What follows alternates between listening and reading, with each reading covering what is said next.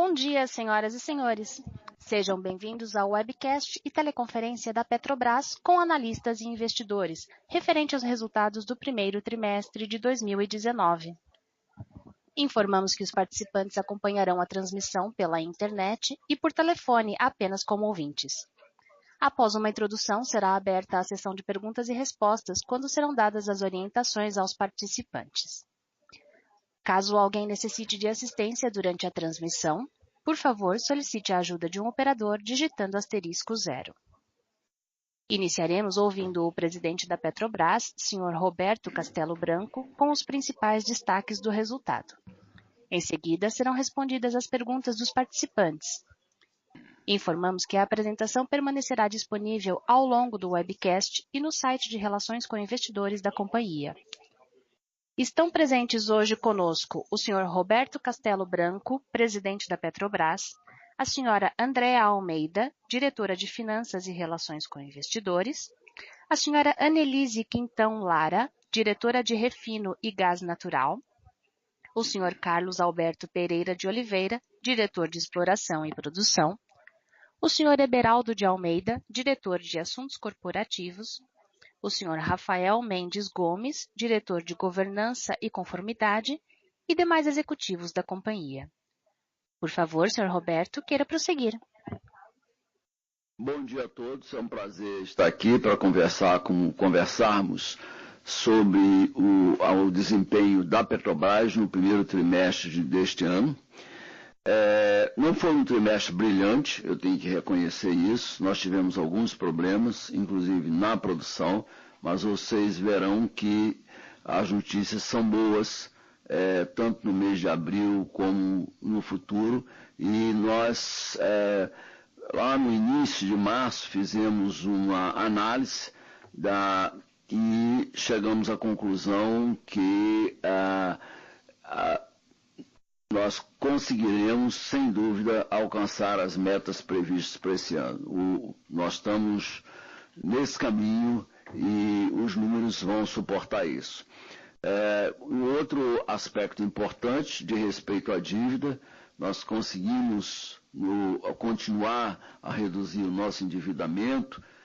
Isso já se reflete nos números do primeiro trimestre, no sentido de menor dispêndio com pagamento de juros. Nós estamos gastando com pagamento de juros o equivalente a um sistema de produção. E isso, nós temos uma redução anualizada de 1,2 bilhão de dólares com as despesas financeiras. E estamos alongando o perfil da dívida.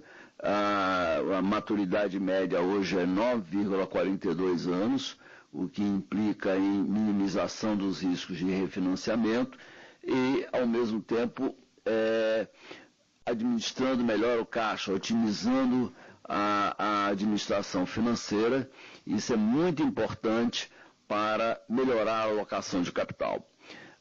O que é mais importante nesses primeiros meses do ano, que desde o início de janeiro nós começamos a implantar os nossos 5 pilares estratégicos. Primeiro, a gestão de portfólio. Os 4 primeiros meses do ano, aí passando o trimestre, foi muito rico e muito ativo em desinvestimentos. Nós conseguimos desinvestir 11,3 bilhões de dólares. O principal deles foi o gasoduto TAG, por 8,6 bilhões de dólares. Vendemos campos maduros de petróleo, a rede de postos no Paraguai, Passadinha. Nós fechamos a transação somente agora em 1º de maio, devido a problemas operacionais, mas Passadinha representa um simbolismo muito forte, com um passado trágico, e nós cortamos a ligação com isso. Ao mesmo tempo, nós ampliamos o nosso programa de desinvestimentos, incluímos um provável follow-on da BR Distribuidora, a venda da rede de postos de serviço no Uruguai, que é uma operação, as operações da Petrobras no Uruguai, que são compostas por uma rede de postos e distribuição de gás, tem apresentado continuamente prejuízos desde 2006. São operações pequenas, mas não admitimos desperdício de recursos. É proibido desperdiçar recursos. Então vamos vender a rede de postos, vamos entregar as concessões de gás e nos limitarmos às nossas operações do core business da companhia. Nós estamos fazendo transações, gerindo o portfólio da companhia para focarmos nos negócios onde nós somos donos naturais, focando a companhia na produção, na exploração e produção de petróleo e gás. No que diz respeito às refinarias, o Conselho de Administração aprovou estudos para o desinvestimento de 8 refinarias que satisfaz a esses objetivos: melhorar a alocação de capital, reduzir o endividamento e corrigir uma anomalia, uma única empresa sendo responsável por 98% da capacidade de produção de refino. Isso é insustentável e vamos trabalhar para fazer esse desinvestimento. Ao mesmo tempo, a companhia tem como objetivo reconquistar o grau de investimento para as agências de rating como componente da redução do seu custo de capital. Nós estamos trabalhando para aumentar o retorno sobre o capital empregado e, ao mesmo tempo, reduzir o custo de capital. Fazendo isso, reduzindo o endividamento, apesar da introdução das modificações contábeis do IFRS, que elevaram a nossa dívida bruta de 78,8 bilhões de dólares para 106 bilhões de dólares, nós mantemos a meta fixada anteriormente para reduzir a alavancagem para 1,5 vezes o fluxo de caixa. E vamos procurar melhorar o relacionamento com a comunidade financeira global. Nós, como parte disso, no próximo trimestre, nós teremos um release em inglês, idêntico, completo, como é o em português. Nós já estamos introduzindo novas informações, vocês podem ver como investimentos. É um processo de contínuo de confidence building. Bom, lançamos também um plano de redução de custos ou de gastos operacionais gerenciáveis no valor de 8,1 bilhões de dólares. No curto prazo, nós estamos nos concentrando naquelas medidas que são mais fáceis de implementar, as chamadas low hanging fruits, fechando edifícios de custo alto, como o edifício Ventura, no Rio de Janeiro, a Avenida Paulista, em São Paulo, procurando minimizar custos. Está em curso o fechamento de vários escritórios fora do Brasil, desde Nova York até Tóquio, passando pelo Irã, pela Líbia e outros países, cortando também despesas discricionárias, mas lançamos um programa de demissão incentivada voluntária, a nossa estimativa é que cause uma economia de 4,1 bilhões de reais, mas o grosso da redução de custos, nós estamos certos que virá da mudança de processo e da transformação digital. A transformação digital é um instrumento poderoso para a redução de custos e ganhos de eficiência. E a indústria de petróleo e gás é uma das que tem maior potencial para a transformação digital alcance esses objetivos. Bom, outro foco nosso é a meritocracia. Nós lançamos um programa de remuneração variável para alinhar os objetivos dos acionistas com o dos executivos. A remuneração variável é muito importante nesse sentido, dar uma boa remuneração fixa e não criar incentivos para a realização de ganhos de produtividade e geração de valor é criar uma empresa de Fat Cats. Começamos este mês a implantação do sistema de EVA. Nós acreditamos muito no potencial do EVA para nos ajudar nesse objetivo de maximizar a geração de valor, e isso resultará em que cada colaborador nosso se sinta como um empreendedor, tentando adicionar valor ao seu negócio. É esse espírito que nós queremos introduzir de empreendedorismo entre todos os nossos colaboradores. Todos terão metas, todos terão um papel a desempenhar. Não é só uma métrica lá abstrata, ROS, de X% ao ano. Aí as pessoas não saberem, bom, mas o que eu posso fazer para aumentar o ROS da companhia? Não sei, é um negócio que eu nem sei como é calculado. Não, o EVA vai proporcionar a oportunidade que cada um se sinta participante do processo de criação de valor e desempenhe um papel relevante. Não importa a sua posição na hierarquia. Bom, finalmente, a segurança é uma das nossas prioridades. Um aspecto muito importante numa companhia de petróleo. É seguramente o maior risco em que nós temos que administrar.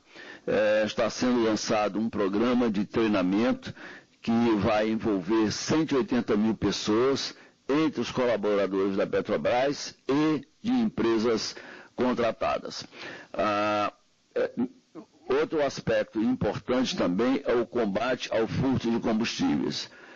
Nós temos dedicado a nossas equipes de inteligência em colaboração estreita com as polícias, o uso de equipamentos sofisticados e muita atenção e campanhas de esclarecimento para minimizar a ocorrência desse crime. Recentemente, nós tivemos um acidente muito sério na Baixada Fluminense, em Duque de Caxias, em que pessoas tiveram que ir para o hospital. Uma delas, uma menina, lamentavelmente teve uma queimadura séria, encontra-se internada no hospital. A Petrobras, através de sua subsidiária Transpetro, tem sido incansável no apoio tanto aos que se acidentaram, principalmente a menina, como também na varredura da área, para evitar que tal coisa se repita. E, repito, enfatizo que a segurança é nossa prioridade.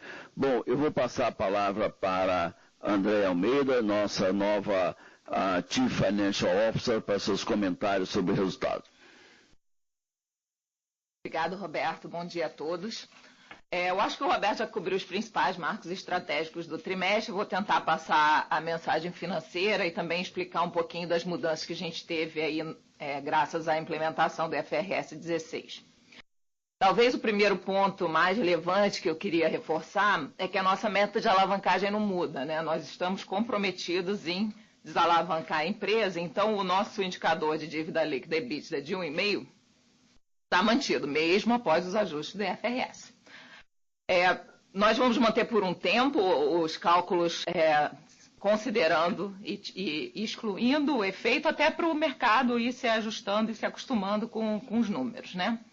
Dessa forma, quando a gente olha o número sem os efeitos do IFRS, a gente percebe esse trimestre que o indicador ficou praticamente em linha, em 2,36 vezes, com um pequeno aumento. Porém, né, a gente conseguiu o nosso objetivo, que foi a redução da dívida. Em termos de dívida líquida, a gente passou de 69,4 bilhões de dólares para 68,3 bilhões de dólares. A gente vai agora comentar um pouco os impactos efetivamente do IFRS 16. Acho que esse trimestre, todas as empresas que reportam seus resultados em IFRS vão ter feito seus balanços e resultados. Então, não é um privilégio nem da Petrobras, nem do mercado, nem efetivamente do negócio de petróleo. Basicamente, estão mudando as formas que a gente contabilizava os arrendamentos operacionais, né? O efeito do balanço será basicamente um aumento no ativo pelo reconhecimento do direito de uso do ativo arrendado e um incremento no passivo. No passivo, vamos reconhecer o valor presente e os pagamentos futuros dos arrendamentos. Na demonstração de resultados, as empresas passam a reconhecer a depreciação do ativo e a despesa financeira do passivo no lugar da despesa operacional do arrendamento. Importante ressaltar, eu acho que esse é o ponto mais importante, é que não impacta em nada o nosso fluxo de caixa. O que a gente pagava antes e o que a gente tinha de compromisso de fluxo de caixa permanece. Em grandes números, a gente vai ter aí um incremento de em torno de 102 bilhões de dólares. 102 bilhões de dólares nas nossas obrigações, assim como no nosso ativo também. Tivemos 3,7 bilhões de reais, 102 bilhões de reais. Tivemos 3,7 bilhões de reais de reduções de custos e isso já está incorporado no número de EBITDA que vocês vão ver divulgado, de 27,5 bilhões de reais. O nosso indicador de alavancagem, quando a gente considera os últimos 12 meses do EBITDA com o efeito do IFRS, passa a 2,89 vezes.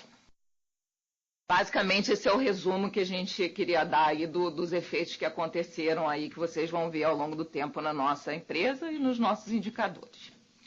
Falando um pouco do mercado e de fato, o que aconteceu aí ao longo dos últimos trimestres, né? A gente viu os preços do petróleo no quarto trimestre atingir valores bem altos, né? Valores, inclusive, historicamente bem altos, desde outubro de 2014. Ele atingiu valores em torno de 86 dólares por barril. No próprio quarto trimestre de 2018, os preços apresentaram queda em resposta à percepção de sobreoferta, com o aumento da produção dos Estados Unidos e também uma preocupação com o crescimento da economia mundial, dado que a gente via o trade war muito forte, né? Então, a guerra entre a China e os Estados Unidos aí, impactando o cenário econômico. Dessa forma, a gente viu os preços cederem, né? E o preço chegou aí ao final do ano por volta de 54 dólares por barril. No primeiro trimestre do ano, a gente viu uma recuperação, principalmente em função das pressões do lado da oferta e com a implementação dos cortes de produção pelos países da OPEP. Apesar disso, a gente teve, quando a gente compara o preço médio do quarto trimestre comparado com o primeiro trimestre do quarto trimestre de 2018 com o primeiro trimestre de 2019, a gente viu uma queda do preço médio e a gente vai ver o impacto disso nos nossos resultados, né? Já olhando em termos de EBITDA no trimestre, a gente percebe que a gente ficou em torno de 6% abaixo, registrando 27,5 bilhões de reais. E aí a gente, de fato, teve um impacto do preço na margem, menores volumes de vendas de derivados e também uma provisão referente à arbitragem de Sete Brasil, que a gente vai comentar mais à frente.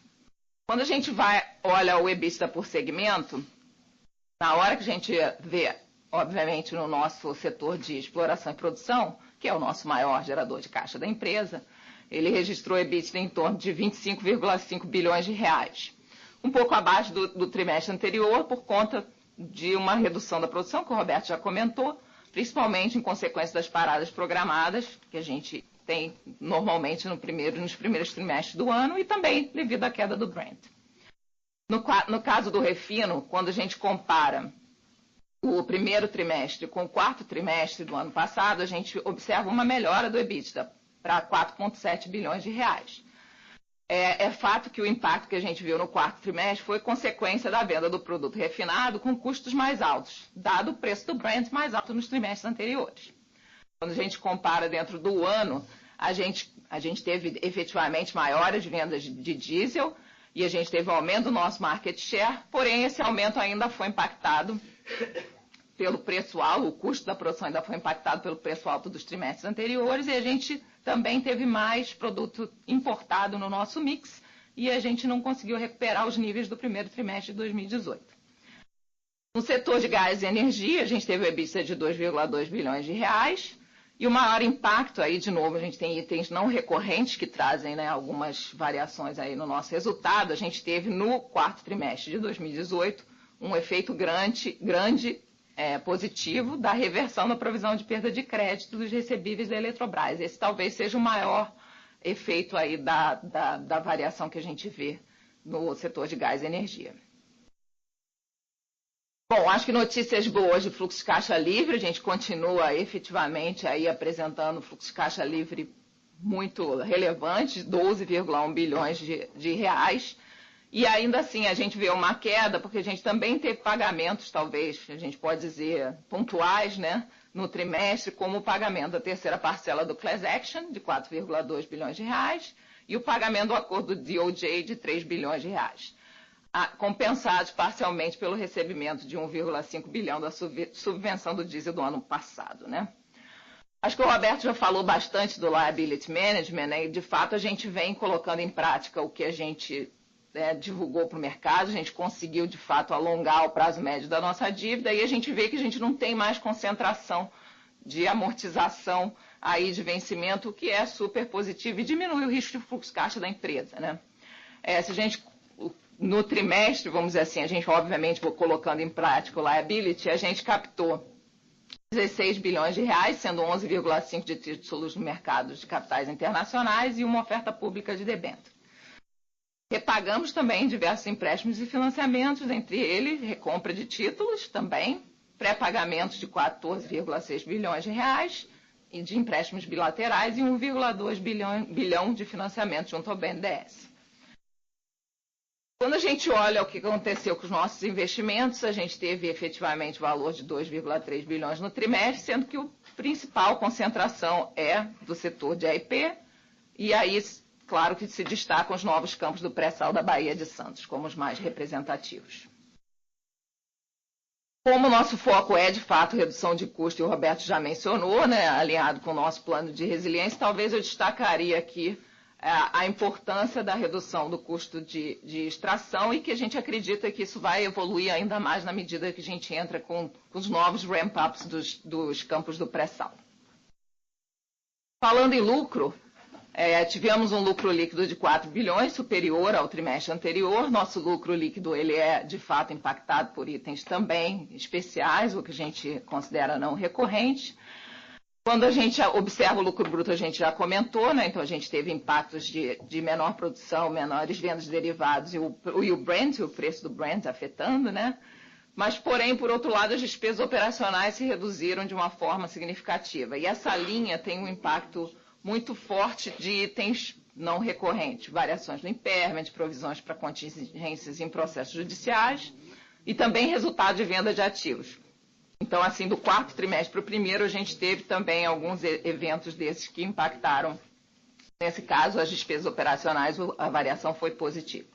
E no resultado financeiro, a gente teve também, então a gente já comentou do impacto do IFRS, a gente teve um resultado financeiro mais negativo em 2,7 bilhões de reais, sendo um pedaço o aumento dos juros por conta dos juros sobre o arrendamento operacional e também uma redução da receita financeira em razão dos ganhos dos acordos que a gente assinou com o setor elétrico registrados no trimestre anterior. De novo, o balanceamento entre um trimestre e outro. Na governança, acho que o Roberto já cobriu esse item, né? Basicamente, a gente vem flexibilizando alguns itens, claro, sempre mantendo o compliance da empresa, e a gente conseguiu aí algumas evoluções no sentido da gente poder trazer a responsabilidade, por exemplo, o Conselho de Administração para aprovação da venda de subsidiárias integrais e outros itens relevantes aí para a nossa agilidade, né? Na gestão de portfólio, acho que a gente vem fazendo isso, acho que dentro desse contexto de gestão de portfólio, a gente até mudou o nome da área, né, de aquisições e desinvestimentos para gestão de portfólio, que é de fato o que a gente vem fazendo, de uma forma bem firme desde o PNG e aí já com o plano de resiliência também. E dentro das novas diretrizes da gestão de portfólio, a gente anunciou ao mercado a nossa intenção de vender 50% da capacidade do refino, em linha com o que o Roberto falou, incluindo a venda de 8 refinarias, a venda integral da rede de postos no Uruguai e a venda adicional de participação na Petrobras Distribuidora, ainda permanecendo a Petrobras aí como um acionista relevante. A gente espera seguir com essa sistemática de desinvestimentos de uma forma expressiva e a gente acredita que vamos ter a cada trimestre novas conquistas para apresentar para vocês e a gente vamos conseguir cumprir aí o nosso plano de desinvestimento e redução da alavancagem da empresa. Passo a palavra para o Capo.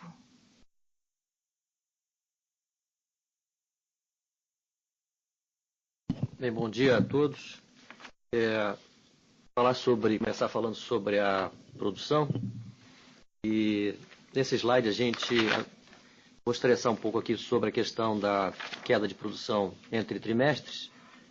Mas a minha primeira mensagem, que eu acho que ela é fundamental, é o seguinte, que nós estamos mantendo a meta anual de 2,8 milhões de barris de óleo equivalente por dia em 2019. Então, no primeiro trimestre de 2019, quando a gente compara esse trimestre com o primeiro trimestre de 18 e o quarto trimestre de 18, a gente tem uma variação, considerando aí a produção de óleo equivalente, de cerca de 5%, comparando quer seja com o primeiro ou com o quarto trimestre.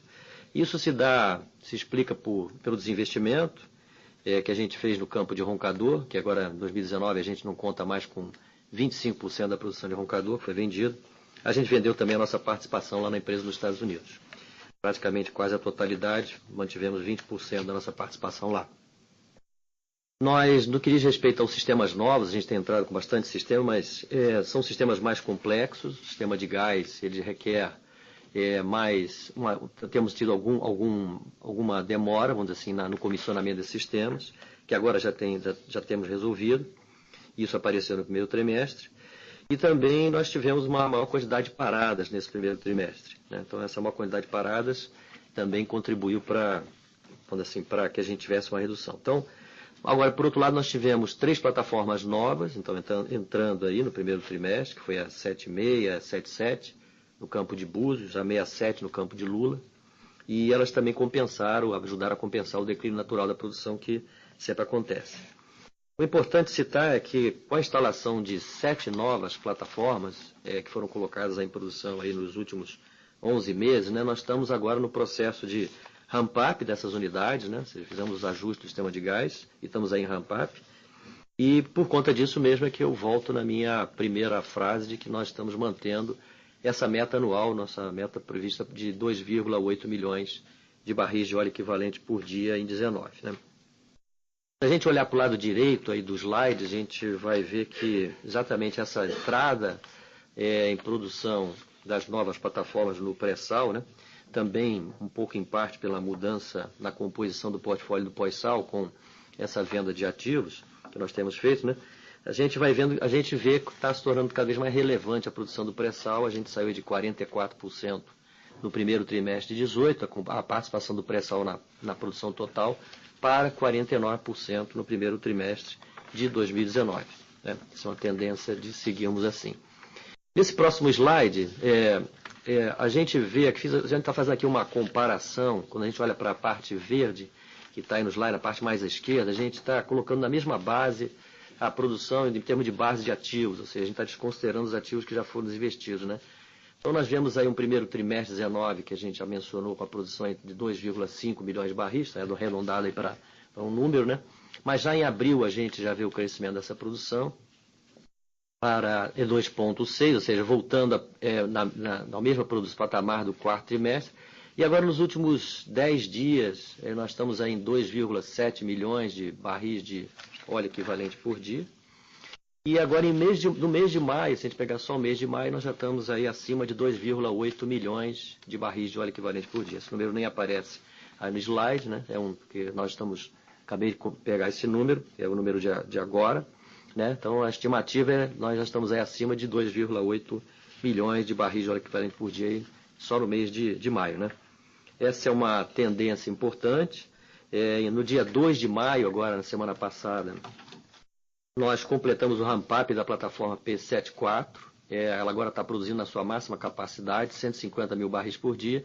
E um ponto importante é que a gente fez isso também após 12 meses do primeiro óleo da plataforma, que esse é o nosso objetivo, a gente ficar em 12 meses, é um recorde, que é um número importante para nós, que a gente tem se mantido aí em 12 meses. Estamos com 4 postos produtores nessa plataforma e produzindo 150 mil barris por dia a partir daí da área de Búzios.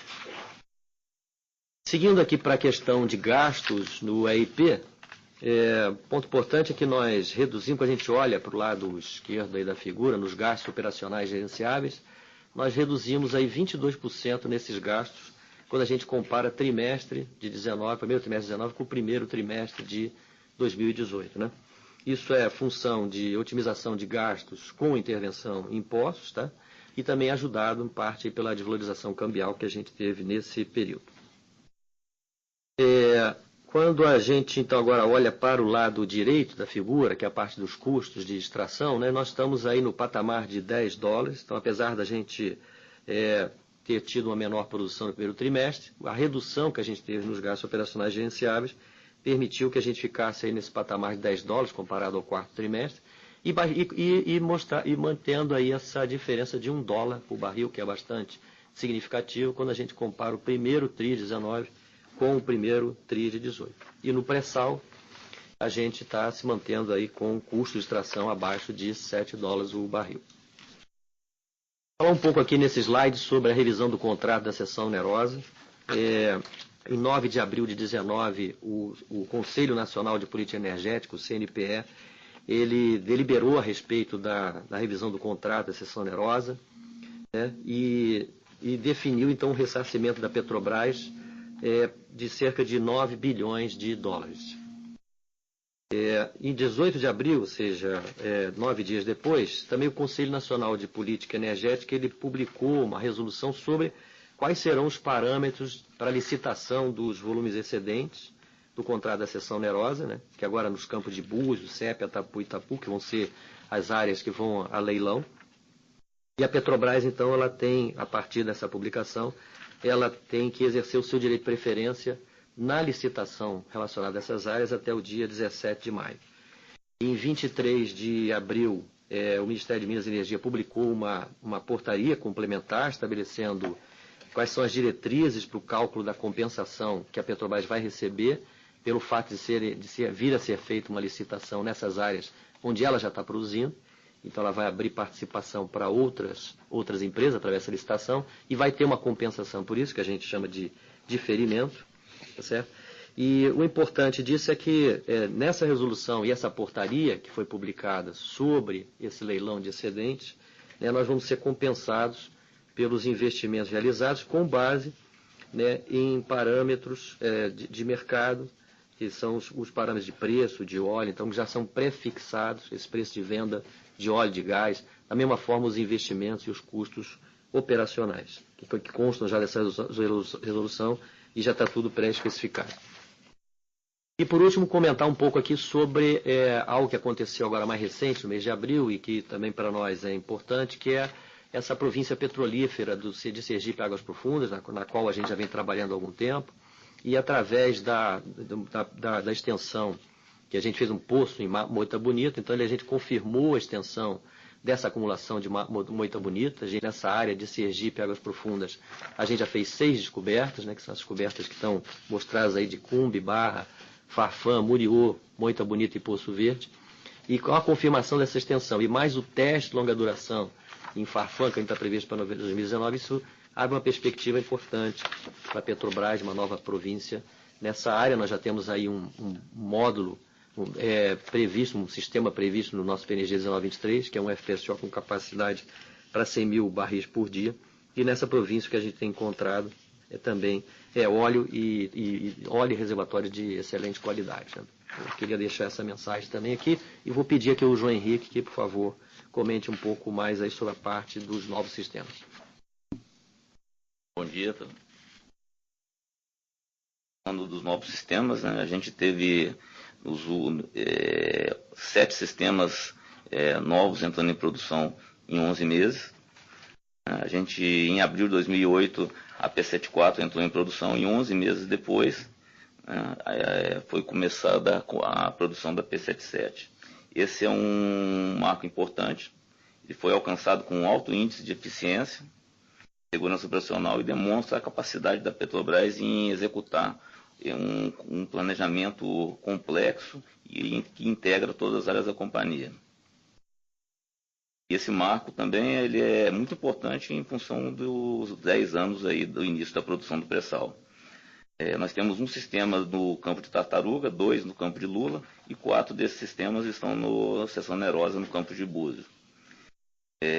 3 desses sistemas entraram em produção no último trimestre.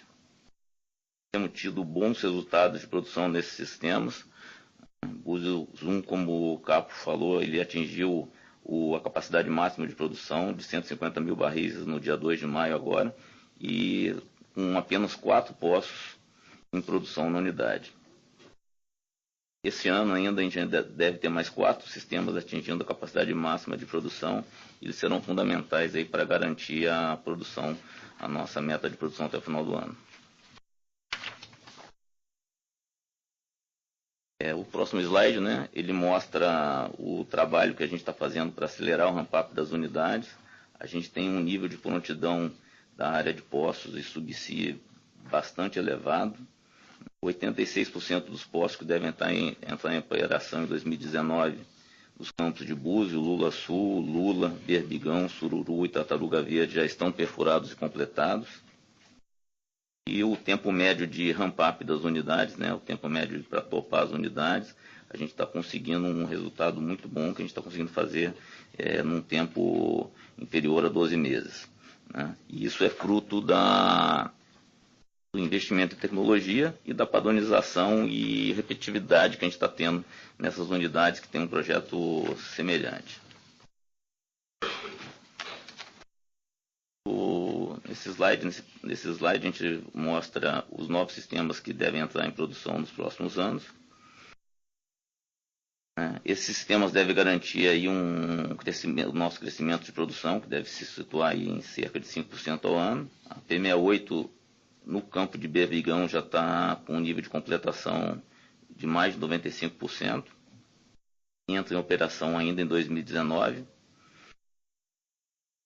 A prontidão dos poços para o ramp-up desse sistema também está elevada. A gente já tem 56% dos poços perfurados, 28% dos poços completados. Em Atapu, né, a P70 vai entrar em operação em 2020, também com um alto nível de prontidão de plataforma e poços. E a partir de 2021 temos mais 9 sistemas que vão entrar em operação, sendo que Sépia e Mero 1 já estão em execução. Búzios 5, integrado de Parque das Baleias, Mero 2, Marlim 1 e Marlim 2 estão em fase de contratação e os demais em fase de planejamento. Eu passo para a diretora Annelise. Bom dia a todos. Bom, com relação aos nossos volumes de venda e produção de derivados, em primeiro lugar, eu queria ressaltar que a nossa receita de vendas nesse trimestre foi de cerca de 80 bilhões de reais, 5,5 bilhões de reais superior ao primeiro TRI de 2018, e uma das razões principais foi o maior volume de venda de derivados, como vocês veem nesse primeiro gráfico. Em relação ao primeiro TRI, houve um volume de venda 5% superior, em particular em função do diesel. Houve um aumento aí do volume de vendas de diesel de 19% em relação ao primeiro trimestre de 2018. Houve uma redução de cerca de 3% na gasolina, em função da menor demanda por gasolina e competição com o etanol.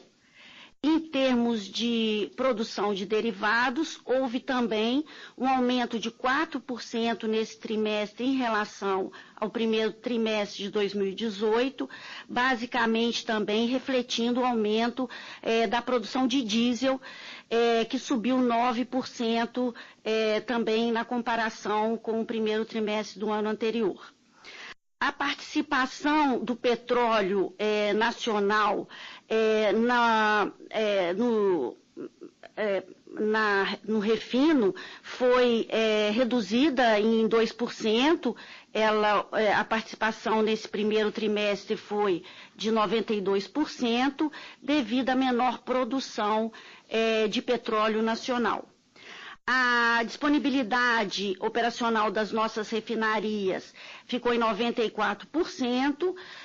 Nós tivemos o retorno da Replan no dia 25 de janeiro desse ano, e a refinaria de Cubatão continua parada para manutenção e modernização do seu sistema de segurança.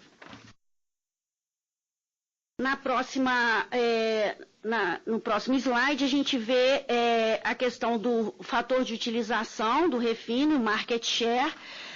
Diesel, nós estamos com market share de 84%, em linha com 2018. O restante aí do market share é preenchido por importação de terceiros. A gasolina é 81%, também com a entrada mais forte aí do etanol, né, no mercado, e o fator de utilização de 75%, que é considerado um fator ótimo para a demanda de derivados no mercado atual e para necessidade e eficiência do parque de refino.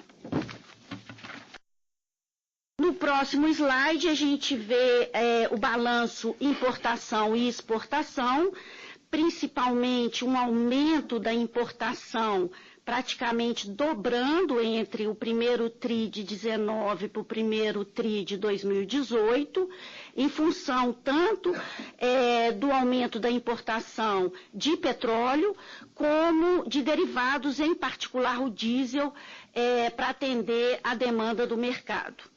Na exportação, a gente vê aí o petróleo mais ou menos em linha do que foi o primeiro TRI de 2018, e isso reflete aí num balanço líquido que está apresentado no terceiro gráfico aí desse slide, com 315 mil barris por dia de petróleo importado.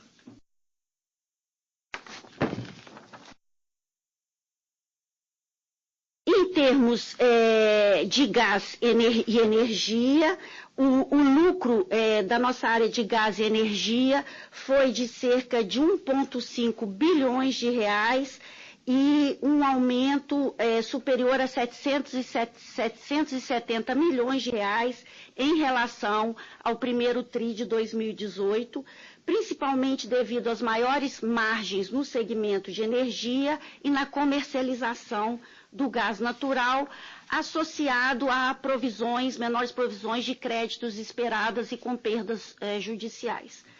E a margem operacional foi de 13% no primeiro TRI de 19, em relação a 9% no primeiro TRI de 18. Nesse primeiro gráfico, a gente percebe aí, em termos de demanda de fornecimento, a gente tem um aumento do GNL no total, que passa aí em relação ao primeiro TRI de 18 de 2,3 milhões de metros cúbicos por dia para 7,1, com uma consequente redução na importação do gás boliviano. Isso porque devido a uma melhor precificação do GNL no mercado internacional nesse período, né? No Japão houve a entrada de usinas nucleares e o preço do GNL no mercado internacional caiu, então favorecendo ao aumento do GNL na nossa matriz. Em termos de demanda, a gente continua em linha aí, considerando o primeiro TRI de 18, houve estamos praticamente no mesmo patamar, um pequeno aumento na demanda não termoelétrica, não térmica, e também na demanda térmica, fruto aí de uma maior utilização aí do consumo industrial e também uma menor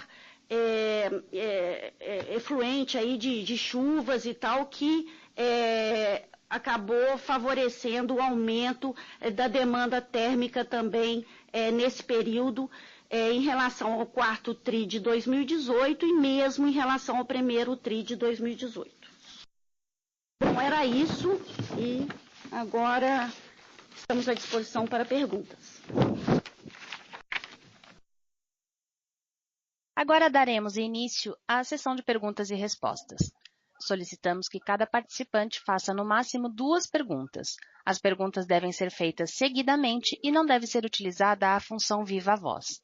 Para fazer uma pergunta, por favor, digite asterisco 1. Para remover a sua pergunta da lista, por favor, digite asterisco 2.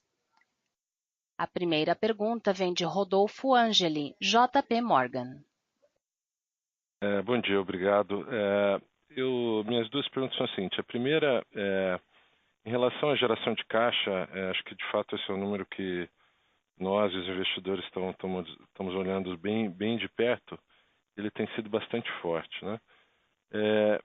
Olhando para frente, o que a gente deve esperar em relação a CAPEX, né? Esse trimestre ele foi, acho que, abaixo no run rate, mas eu gostaria de escutar de vocês se há espaço aí para também buscar alguma melhoria no free cash flow vindo do CAPEX. E minha segunda pergunta, em relação aos novos volumes, né? Primeiro, a gente fica contente de ouvir a companhia reafirmar o guidance para o ano de produção. E eu queria saber se vocês poderiam conversar um pouquinho sobre o impacto disso no lifting cost. A gente sabe que o pré-sal tem lifting cost mais baixo que a média, mas são dois fatores que eu queria que vocês falassem um pouquinho, se possível. Primeiro, o lifting cost da área da sessão onerosa, como é que ele tem sido, e como é que o lifting cost se comporta durante o ramp-up dessas FPSOs que estão entrando aí em operações esse ano. Então, no final a gente gostaria de ter uma ideia além do volume, o que esperar do lado de custos também. Obrigado. Bom dia, Rodolfo. Eu vou responder a sua primeira pergunta e a segunda pergunta eu vou passar para o Capo responder. Uma pergunta mais específica. Nós somos extremamente focados na geração de caixa e a tendência é que ela aumenta. Esse é o nosso objetivo.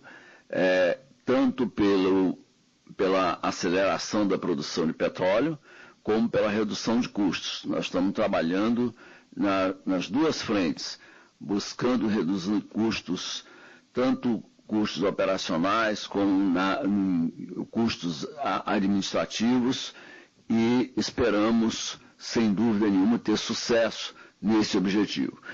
Com respeito ao CAPEX, realmente ele está muito abaixo do que se esperaria, dado que o nosso CAPEX anual foi orçado em quase 16 bilhões de dólares. E eu tenho que confessar que aí nós temos um problema. Temos duas questões.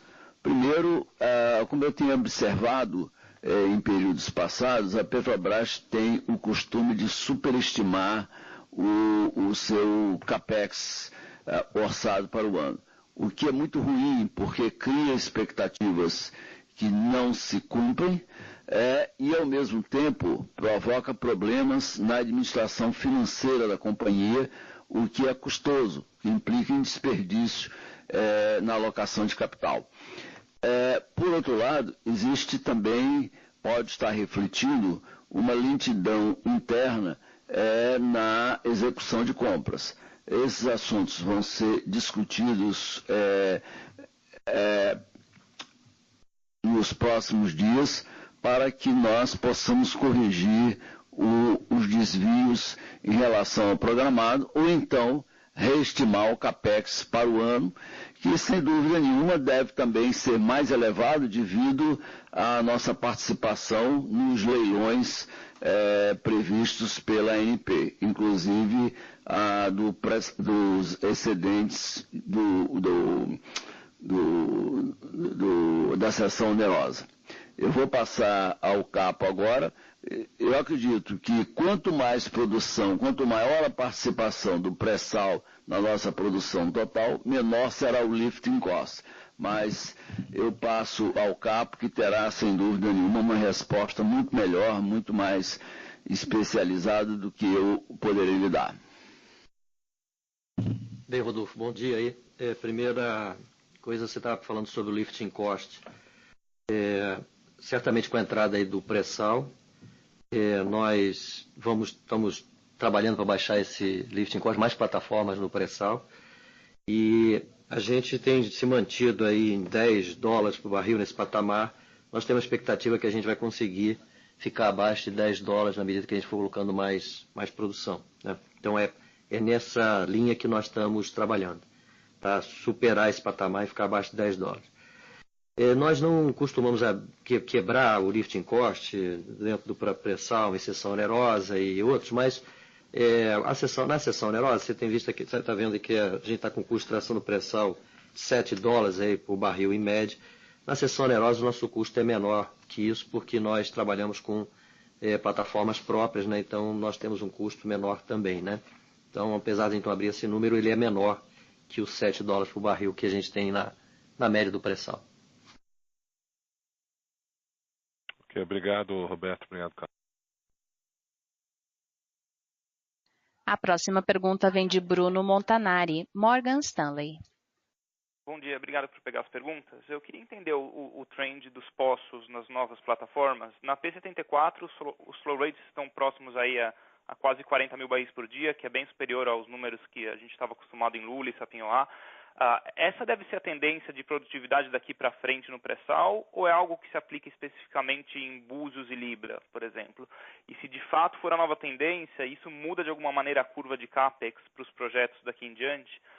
A segunda pergunta é sobre o leilão dos excedentes. Eu entendo que vocês ainda não se pronunciaram sobre o direito de preferência, mas eu queria entender qual que é a linha de raciocínio da empresa para decidir participar desse leilão com força, pensando nas reservas que a companhia já possui, vis-à-vis investir em outras áreas exploratórias que possam ser menos custosas. E uma terceira rápida sobre BR Distribuidora. Queria entender qual foi o processo decisório de manter uma participação relevante e fazer o follow-on, vis-à-vis vender eventualmente uma participação majoritária ou total até para um parceiro estratégico. Muito obrigado. Bruno, eu vou responder a segunda pergunta e a primeira vou deixar para o Capo responder. A decisão com respeito ao follow-on da BR ainda não foi tomada. Nós estamos num estágio de estudos. Não temos ainda nenhuma definição de quanto vamos vender, de quanto vamos ficar. Ou se vamos fazer uma operação sequencial. Tudo vai depender da nossa avaliação do mercado e avaliação estratégica. A questão fundamental é que nós não temos as competências. Nós somos uma companhia que é muito boa, é excelente na produção, na exploração e produção de petróleo, mas não temos as competências requeridas para o negócio de distribuição de combustíveis. Então, no fim do dia, nós vamos ficar com a participação, mas que não será uma participação de controlador. Mas isso é um assunto que vai ser tratado posteriormente. Também eu gostaria de esclarecer que, com respeito à BR, que a BR não participará no processo de compra de refinarias. Passo agora ao Capo. Bem, Bruno, bom dia. No que diz respeito à questão da produtividade do pré-sal e desses últimos postos que nós estamos tendo aí, particularmente Campo de Búzios e Libra, a gente tem encontrado uma produtividade boa nesses postos, né? Já estava dentro das nossas previsões a gente encontrar essa produtividade nesses postos, que está se confirmando. E o que a gente, em termos de CAPEX e como isso pode impactar o CAPEX, na verdade nós já tínhamos contemplado isso. O que a gente faz é que a gente faz uma programação de entrada de postos em ondas, porque a produção tem o declínio natural dela. Então, nesse primeiro momento, nós estamos com 4 postos na plataforma, lá na P74, mas depois, na medida que a produção for declinando, a gente, para completar a capacidade da plataforma, a gente vai colocar mais postos. Então, o CAPEX que a gente prevê para esses sistemas, ele já está contemplado no PNG, ele vai se dar na forma que a gente já contemplou no PNG. Então, isso já estava pensado dessa maneira, mas de fato a gente vem encontrando a produtividade boa, está confirmando a produtividade boa que a gente tinha nessa região. Mas o CAPEX que está programado para lá, ele já está previsto em função dessa lógica de produção em ondas. Primeiro 4 poços e depois a gente vai aumentando conforme a produção for declinando. No que diz respeito ao leilão dos excedentes, ou seja, da seção onerosa e também os leilões programados para esse ano, e você mencionou sobre como é que vai ser a nossa prioridade. A nossa prioridade ela está sendo no pré-sal, a gente é competitivo no pré-sal e a gente tem participado de uma forma bastante efetiva, eficaz e eficiente nas licitações do pré-sal que vem acontecendo, retomaram desde 2017. Então, nessas licitações a gente tem tido uma participação intensa, como você está acompanhando. E a nossa ideia, a gente está analisando agora no que respeita ao exercício do direito de preferência da excedência de seção onerosa, a gente ainda está avaliando internamente, a gente tem até o dia 17 de maio para tomar uma posição e a gente está na discussão interna, ainda não temos uma posição para passar a esse respeito. Mas o foco nosso é o no pré-sal, esse é uma área importante para a nossa sustentabilidade, garantia do crescimento e manutenção de um patamar elevado de produção que é o que a gente está buscando. Ótimo, muito obrigado. A nossa próxima pergunta vem de Luiz Carvalho, Banco UBS. Bom dia a todos. Andréa, bem-vinda, boa sorte, conte conosco. Eu tenho 3 perguntinhas aqui. Primeira para o Roberto. Roberto, praticamente 6 meses à frente da companhia. A gente conversou antes, eventualmente, de você chegar até aí. Se você pudesse fazer uma avaliação breve das principais dificuldades que vocês encontraram nesses últimos 6 meses e onde é que a gente pode, eventualmente, ter algum tipo de surpresa positiva daquilo que você imaginava quando você chegou aí. A segunda pergunta é para o Capo. Capo, a gente tem visto, logicamente, a produção, eu fico muito feliz com o breakdown que vocês deram aqui do número de poços já perfurados e completados, que a gente entende que tem, logicamente, um processo bem mais visível do ponto de vista de crescimento de produção. Eu queria entender quais são os riscos que vocês enxergam para esse crescimento, para a meta de 2,8 para esse ano. Alguma parada programada para frente? Algum problema daquele ponto de vista da corrosão dos risers? O que eventualmente pode colocar esse 2,8 aí sob pressão? E se me permitir fazer uma terceira para a Annelise, a gente tem visto o fator de utilização das refinarias próximo de 75%, que é relativamente mais baixo do que a gente via anteriormente, rodando ali acima entre 80% e 85%. E nesse mesmo momento, a Petrobras continua importando derivado. Queria entender qual é o sentido dessa operação de operar com as refinarias um pouco mais baixo, quando você ainda tem um fator de utilização 75%, ainda precisa importar. E se pudesse, quando é que a gente pode esperar os teasers das unidades individuais? Obrigado. Luiz, bom dia. Em primeiro lugar, uma correção. Eu não estou aqui há 6 meses. Eu comecei no dia 3 de janeiro, então no dia 3 de maio eu completei 4 meses. Mas... Quase lá. Respondendo a sua pergunta, a Petrobras não me surpreendeu e se me surpreendeu foi do lado positivo. Tem uma equipe muito boa, tem pessoas muito bem qualificadas, tem ativos de classe mundial no petróleo, principalmente, é claro, que o pré-sal, mas outros também, em águas profundas. Tem tecnologia, e isso me faz muito otimista quanto ao futuro. Isso é muito motivador, ter a oportunidade, ter o privilégio de dirigir a maior companhia de petróleo da América Latina e que tem todo esse potencial. É claro que a Petrobras tem problemas e nós somos muito francos a esse respeito. O nosso lema aqui é transparência. A Petrobras ainda tem custos altos, tem um endividamento ainda elevado, muito foi feito nesses últimos 4 anos, mas nós precisamos seguir em frente, precisamos, ao criar valor para o acionista, o retorno sobre o capital empregado ainda é inferior ao custo de capital. Nós temos que resolver isso, temos que aumentar através da melhor alocação de capital, aumentar o retorno sobre o capital empregado, e é por isso que nós nos orientamos pelo conceito de dono natural. O Bruno Montanari se referiu à BR Distribuidora. A BR Distribuidora é um negócio que nós não achamos que sejamos o dono natural. Não somos nós os capazes de gerar o maior retorno possível. Tem outros provavelmente poderão fazer melhor do que nós.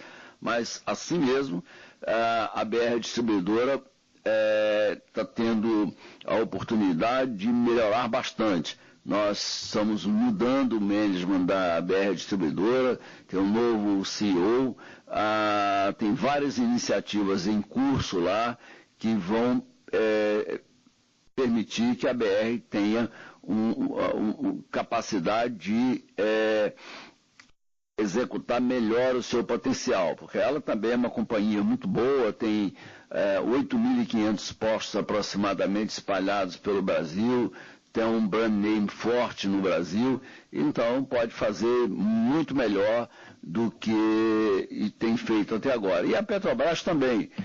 Eu acho que nossos melhores dias ainda estão à frente. E quando você olha o relato do Capo sobre o pré-sal, sobre o crescimento da produção, dá para ficar bastante otimista. Então, eu vou passar a sua segunda questão ao Capo e depois a Annelise vai responder a terceira. Oi, Luiz Carvalho, bom dia.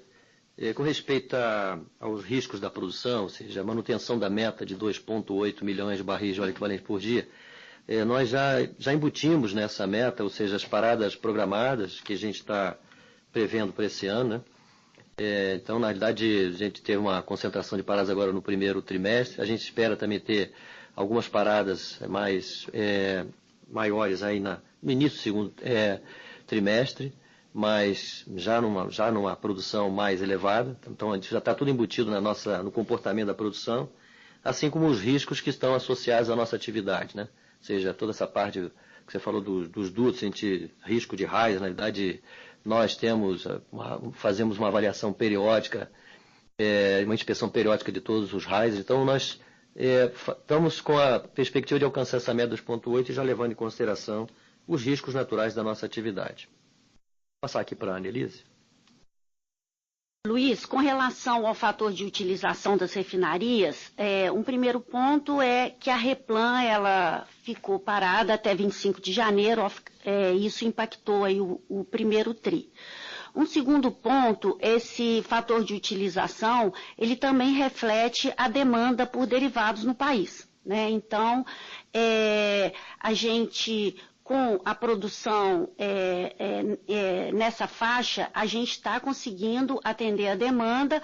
A importação de diesel, ela é específica. A gente tem um processo de importação e exportação de gasolina, mais no sentido de troca de qualidade de produto, uma gasolina menos rica ou por uma gasolina mais rica em octanagem.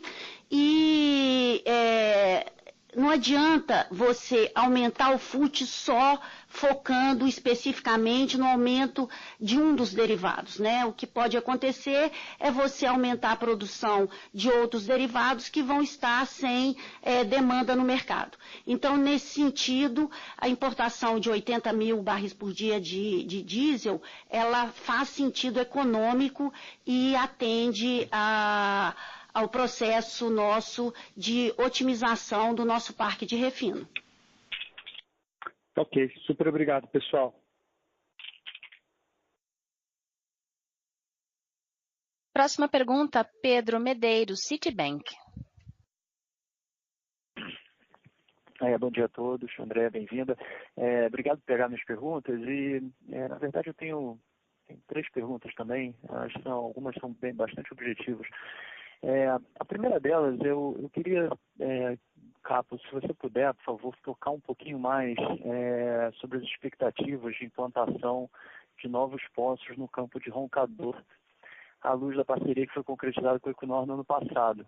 Como é que esse projeto está caminhando? O que a gente pode ter de expectativa em termos de time, potencial? E como é que isso foi tratado no guidance de produção da empresa? A minha segunda pergunta, ela remete ao início aqui da nossa sessão de perguntas e respostas, quando o Rodolfo perguntou sobre expectativas de investimento para 2019. E, Roberto, obrigado pela resposta sobre a revisão e a potencial superestimação do guidance para o ano. Mas eu queria entender, assim, conceitualmente, se a gente olhar para a área de IP da companhia, e à luz dos dados que vocês apresentaram agora nessa teleconferência sobre o total de poços que já foram perfurados e completados, e quando a gente olha para o investimento na área de IP ao longo dos próximos trimestres, conceitualmente a gente não deveria enxergar até uma tendência de queda nesses dispêndios em termos trimestrais, tanto para o ano de 2019 quanto para o ano de 2020. Então, assim, o que você puder comentar conceitualmente para a gente gerenciar um pouquinho a nossa expectativa, isso é uma fonte bastante importante de geração de caixa, expectativa de geração de caixa para a companhia, tanto esse ano quanto ano que vem. E a minha última pergunta, na verdade, é bastante objetiva. Na apresentação, eu não vi nenhuma menção sobre o progresso da negociação do campo de Marlim e uma participação do Comperj com a CNPC, conforme foi anunciado em novembro do ano passado. Então, o que vocês puderem passar de cor sobre o progresso dessa negociação, eu agradeço. Obrigado.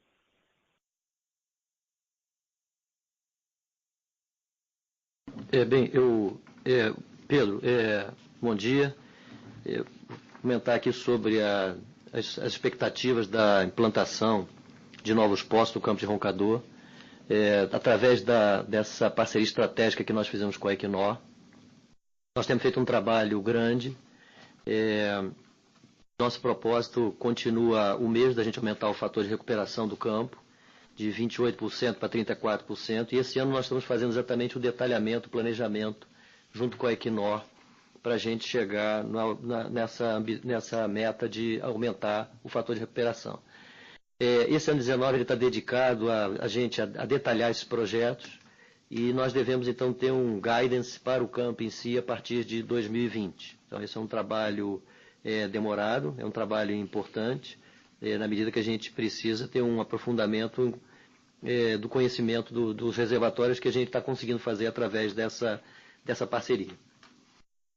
Sobre expectativa de investimentos para 2019, o Roberto já comentou, ou seja, a gente certamente estamos trabalhando em otimização, isso é algo contínuo aqui na empresa, mas lembrando também que a gente está mantendo esse guidance de investimento para 2019, até na perspectiva também nosso PNG, ele não prevê investimentos em bids, e esse ano em particular estão acontecendo 3 licitações da Agência Nacional do Petróleo, que são a 16ª de concessão, a 6ª rodada de partilha e também a do excedente da seção onerosa. Então, a gente certamente está trabalhando, buscando otimizações, mas estamos mantendo o guidance de 2019 de CAPEX, mas na lógica interna buscando sempre eficiência, claro. Sobre a questão da negociação do campo de Marlim e também combinado com o Comperj, com a CNPC, nós, com a CNPC, a gente tem uma negociação onde a gente vai até o segundo semestre, ou seja, os trabalhos continuam com a CNPC e a gente, então, até o segundo semestre, a gente não tem uma posição para passar nesse momento de como é que isso vai evoluir, porque a gente está fazendo estudos conjuntos das melhores alternativas de investimentos de lado a lado. Ótimo, maravilha. Obrigado pelas respostas. Obrigada a todos. Encerramos neste momento a sessão de perguntas e respostas deste webcast teleconferência. Com a palavra o presidente Roberto Castello Branco para seus comentários finais. Por favor, presidente. Eu gostaria de agradecer a todos por terem participado na nossa conferência telefônica. Nós esperamos voltar no próximo trimestre com melhores resultados. A busca contínua pela geração de valor é uma rotina na companhia e eu acredito firmemente, como eu disse, que os nossos melhores dias ainda estão por vir. E nós estamos trabalhando arduamente, todos nós aqui, na consecução desse objetivo. Obrigado a todos. Até mais. Obrigada. Senhoras e senhores, o áudio desta teleconferência para replay estará disponível no site de Relações com Investidores da companhia, no endereço www.petrobras.com.br/ri. Lembramos a todos que na sequência teremos uma edição deste webcast e teleconferência em inglês.